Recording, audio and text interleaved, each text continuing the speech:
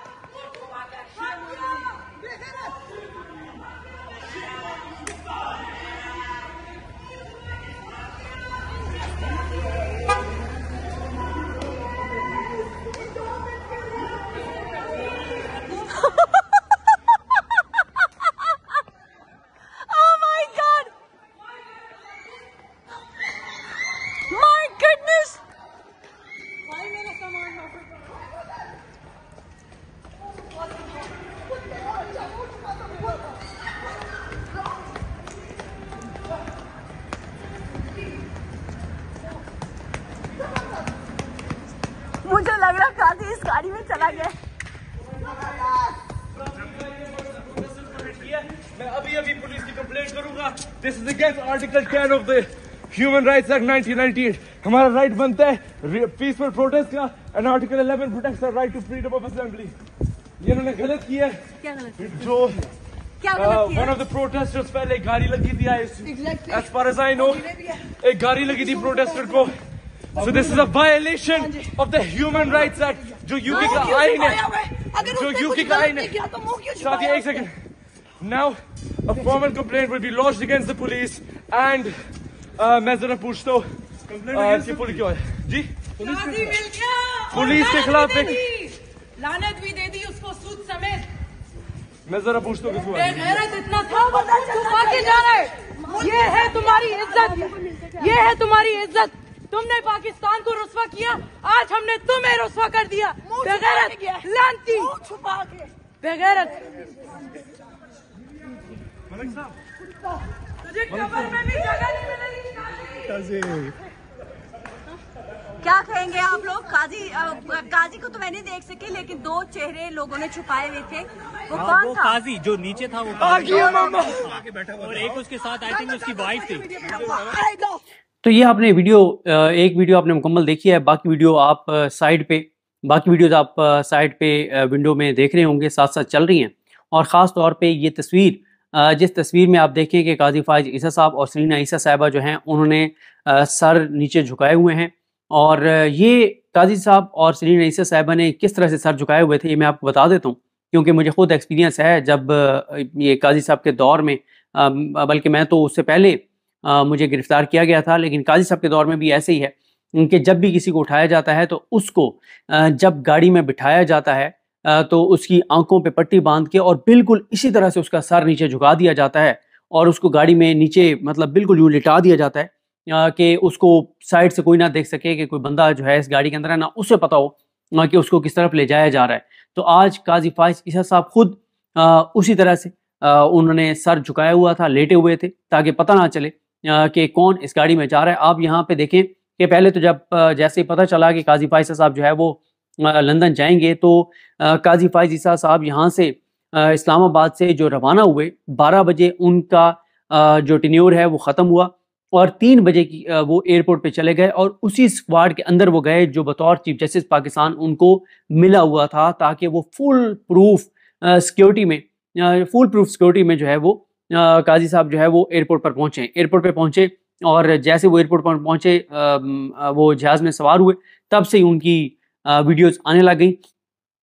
फिर उसके बाद वो वहाँ पे टर्की गए, वहाँ से कुछ इतलात आती रही। अल्लाह की ज़ात बेहतर जानती है कि टर्की में जो कुछ इतलात आती रही उनकी में हकीकत क्या है। लेकिन उसके बाद जब उन्होंने लंदन पहुँचना था, तो लंदन जब उन्होंने पहुँचना था तो वो जो सारा गिलगिती हैं वो बहुत ज़्यादा, वो और उनकी टीम इंतज़ार में रहे कि पता चले कि काजी फाइज ईसा साहब किस एयरलाइन से और कितने बजे आ रहे हैं। 12 घंटे तक वो एयरपोर्ट के बाहर उनका वेट करती रही अपनी टीम के साथ, और उन्होंने इमरान खान की तस्वीरें, काजी फाइज साहब के हवाले से प्ले कार्ड और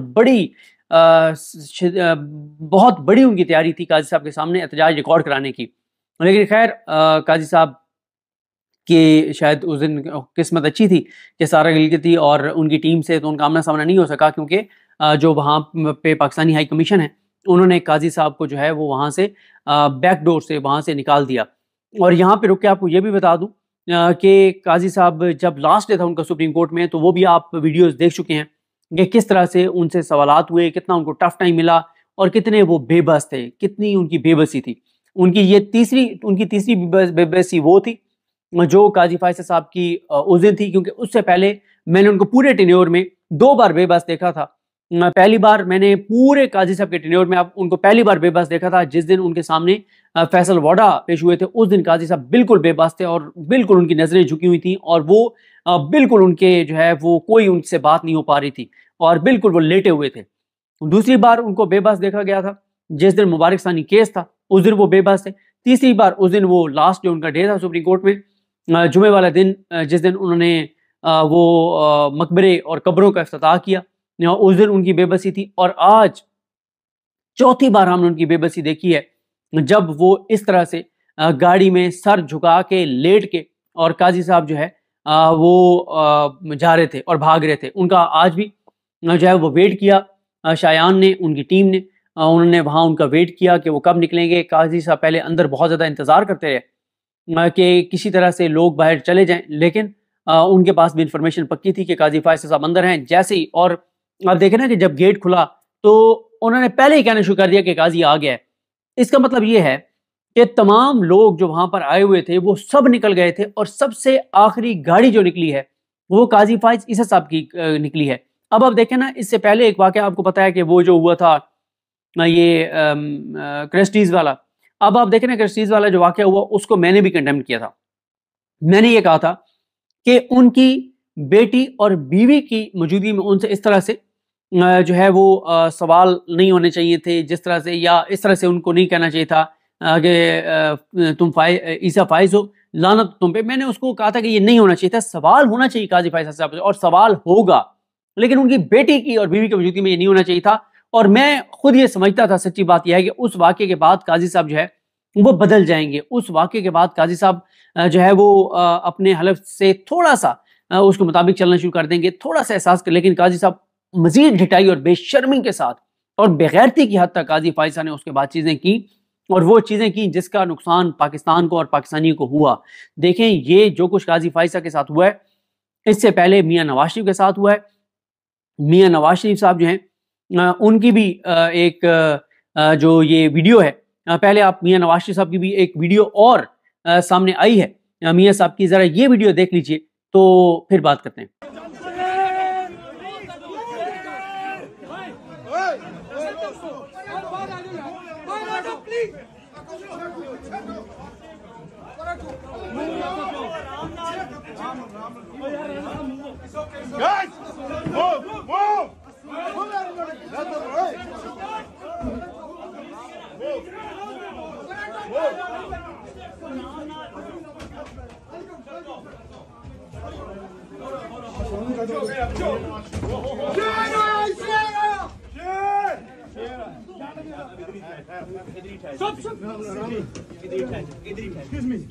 कोई आगे ना आए, कोई नहीं आएगा। सपोर्टर सारे वापस आ जाए, बड़ी सारे वापस आ जाए, आगे ना जाए। इमरान भाई वापस आ जाए, कम बैक।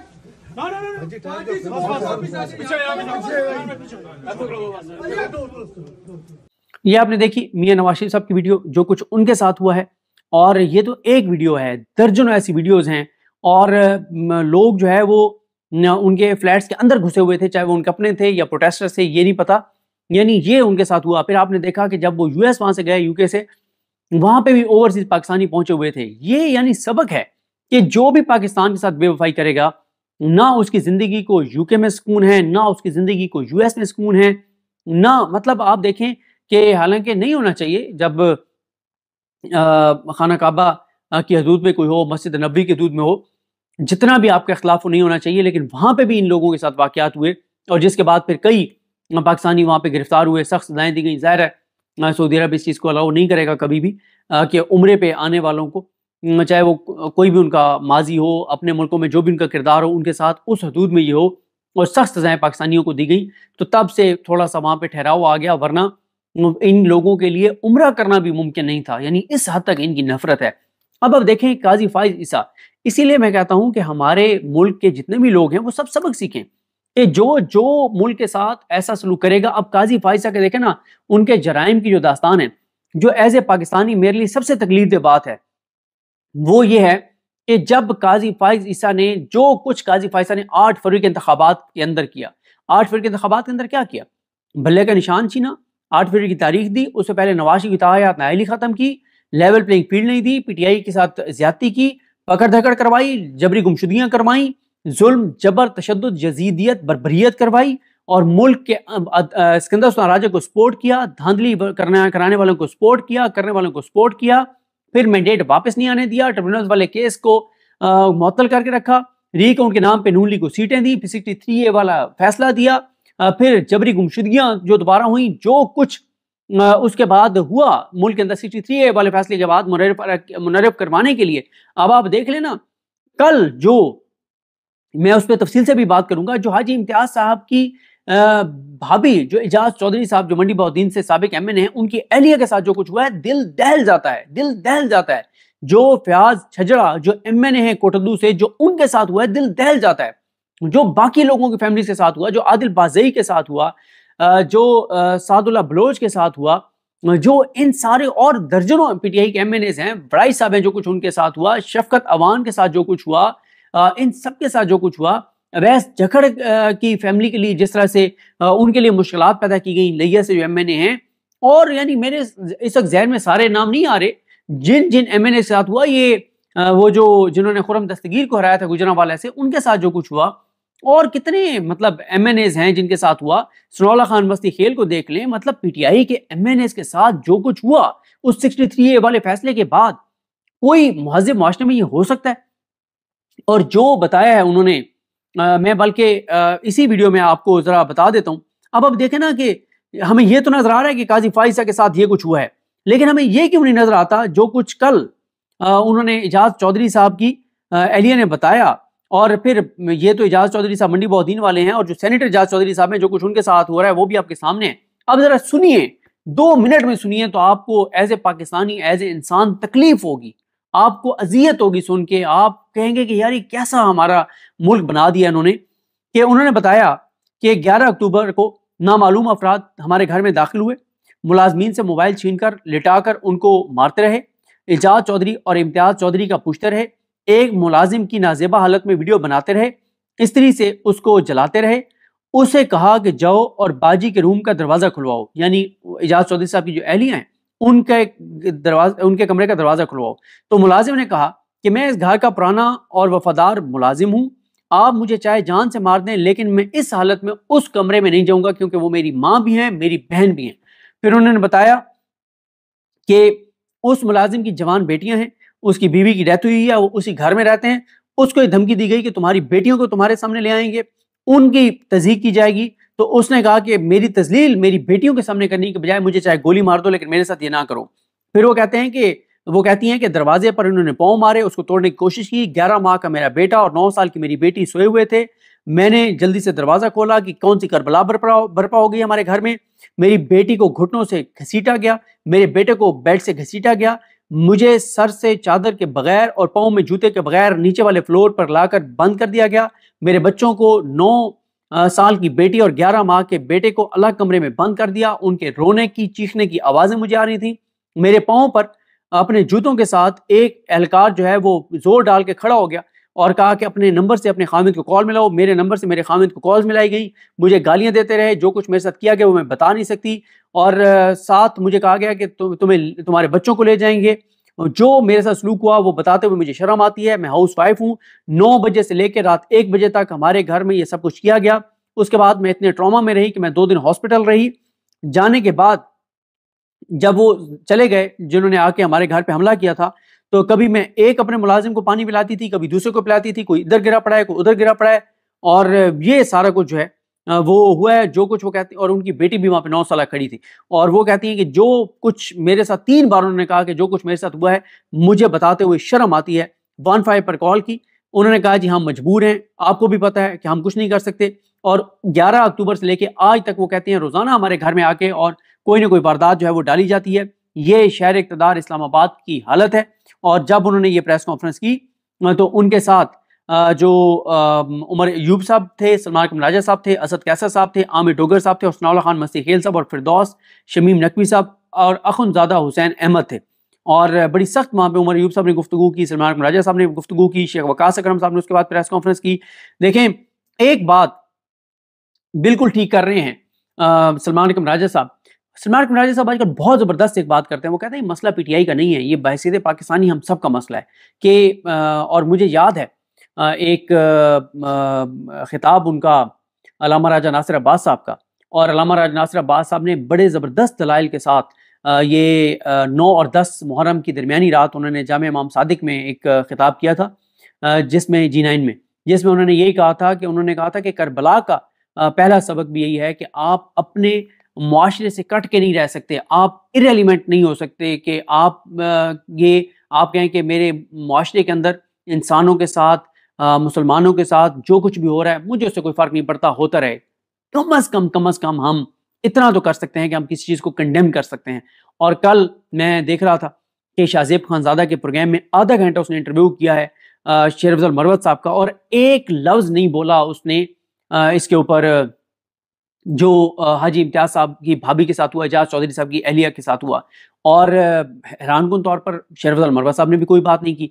हालांकि पीटीआई से गई गुजरी मतलब कोई पाकिस्तान की गई गुजरी जमात भी होती तो उसका नुमाइंदा भी जब किसी टीवी चैनल पर जाता और उससे पीटीआई की अंदरूनी लड़ाइयों की बात होती तो वो कहता है यार तुम्हारा दिमाग खराब हो गया, तुम पागल हो गए हो, आज इतना बड़ा एक प्रेस कॉन्फ्रेंस हो गई, तुम उस पर बात नहीं कर रहे और तुम हमारी इंटरनल लड़ाई के ऊपर बात कर रहे हो। कोई हमारी इंटरनल लड़ाई नहीं है, एक मामले के ऊपर हम सब मुतहद खड़े हैं और वो है जहां पे इस तरह का सलूक किसी के साथ भी होगा, चाहे उसका ताल्लुक तहरीक इंसाफ से हो या ना हो। दूसरा, जो बुशरा बीबी के साथ हुआ, जो इमरान खान के साथ जो हुआ, जो इमरान खान की बहनों के साथ जो कुछ हुआ, जो लोग अंदर हैं, यास्मीन राशिद साहब हो, एजाज चौधरी हो, उमर सरफराज चीमा हो, महमूद रशीद हो, 85 लोग जो दीगर हिरासत में हैं, हसान न्याजी हो, हैदर मजीद हो, उनकी आप बात करें। मतलब पीटीआई के उन लोगों को दाद दीजिए, उनको कोई तमगा दीजिए, उनको कोई आला एजाज से नवाजिए, उनको अप्रिशिएट कीजिए, उनको शाबाश दीजिए, जो कल भी टीवी चैनलों पे जाके और पीटीआई की इंटरनल लड़ाइयों के ऊपर जो है वो बात कर रहे थे, बजाय उन चीज़ों पर बात करने के जिन चीज़ों पर बात होनी चाहिए। तो ये पीटीआई की हालत है। फिर पीटीआई पे तनकीद करें तो कुछ लोग खड़े हो जाते हैं कि जी फलाना बारीक वारदात डाल रहा है तो फलाना बारीक वारदात डाल रहा है। मतलब इससे ज्यादा शर्मनाक बात क्या हो सकती है कि जिस दिन पीटीआई के ये हाजी इम्तियाज की भाभी की प्रेस कॉन्फ्रेंस में बात होनी चाहिए और शाहज़ेब खानज़ादा उसी प्रेस कॉन्फ्रेंस में से एक क्लिप निकाल के अपने नैरेटिव के हक में इस्तेमाल कर रहा है, वो चला रहा है, लेकिन वो प्रेस कॉन्फ्रेंस क्या थी, क्यों थी, क्या थी, उसके ऊपर बात नहीं कर रहा। और पीटीआई के लोग भी वहां जाके पीटीआई की इंटरनल लड़ाइयों के ऊपर इंटरव्यूज दे रहे हैं। तो ये पीटीआई के इस वक्त हालात हैं और सूरत हाल है। ऐसे लोगों को अगर पीटीआई का कोई बंदा जाके और वहां पे जाके और पीटीआई के अंदरूनी मामला पे जब इमरान खान साहब ने कैटेगोरिकल कह दिया कि इंटरनल मामला पे कोई बात नहीं होगी, तो आप कहेंगे जी कोई हमारी इंटरनल लड़ाई नहीं है। एक जाहिर है इमरान खान साहब के साथ राब्ता मुनक़ता हुआ, एक क्राइसिस खड़ा हो गया, वो चीज़ें अंदरूनी तौर पे खिलाफात भी हुए, अब खत्म हो गए, असल बातों इश्यूज़ पे बात करें, उस पर बात नहीं है। और मज़े ले ले के तहरीक इंसाफ के रहनुमा जो हैं वो इंटरव्यूज़ दे रहे हैं इसके ऊपर जो पीटीआई की इंटरनल लड़ाई है। तो ये जहाँ पे हालत होगी पीटीआई की, तो आ गया फिर इमरान खान बाहर, ले आए आप इनकलाब, ले आए आप तब्दीली, गिरा दिया आपने इस हुकूमत को, जहाँ पे आप लोग खुद इस हुकूमत और इस निज़ाम के पर्पस को सर्व कर रहे हैं, जब आप पीटीआई की इंटरनल लड़ाइयों पे इतने लंबे लंबे इंटरव्यूज दे रहे हैं और आप इस चीज़ पे बात नहीं कर रहे जिस चीज़ पे बात करनी चाहिए। लेकिन खैर देखते हैं जी चीज़ें कैसे आगे बढ़ती हैं। मुझे अपनी दुआ में याद रखें। अलग हम सबका हामी नासर। अल्लाह हाफ़िज़।